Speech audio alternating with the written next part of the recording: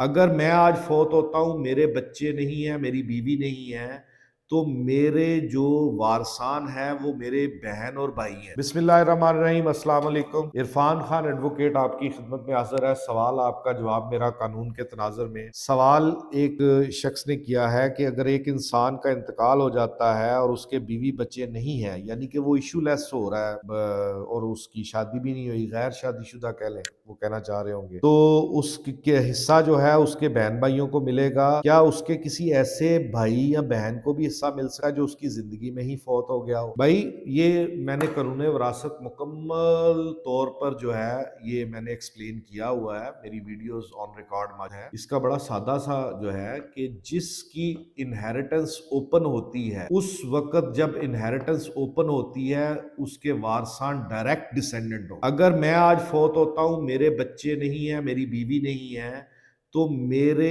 جو وارثان ہیں وہ میرے بہن اور بھائی ہیں، میرے ماں باپ بھی اگر نہیں ہیں تو۔ اگر میرے بہن اور میرے بھائی ہیں تو میرے بہن بھائیوں میں وہ وارثان ہیں جو زندہ ہیں، جو میری زندگی میں فوت ہو چکے ہوں گے وہ میرے وارثان نہیں ہوں۔ اگر وہ میرے وارثان نہیں ہوں گے تو ان کے بچے بھی میرے وارثان نہیں ہوں، صرف زندہ لوگ ہی میرے وارثان میں شامل۔ یہ قانون شریعت ہے اور وراثت کا قانون یہی ہے۔ امید کرتا ہوں کہ آپ کے سوال کا جواب دے دیا۔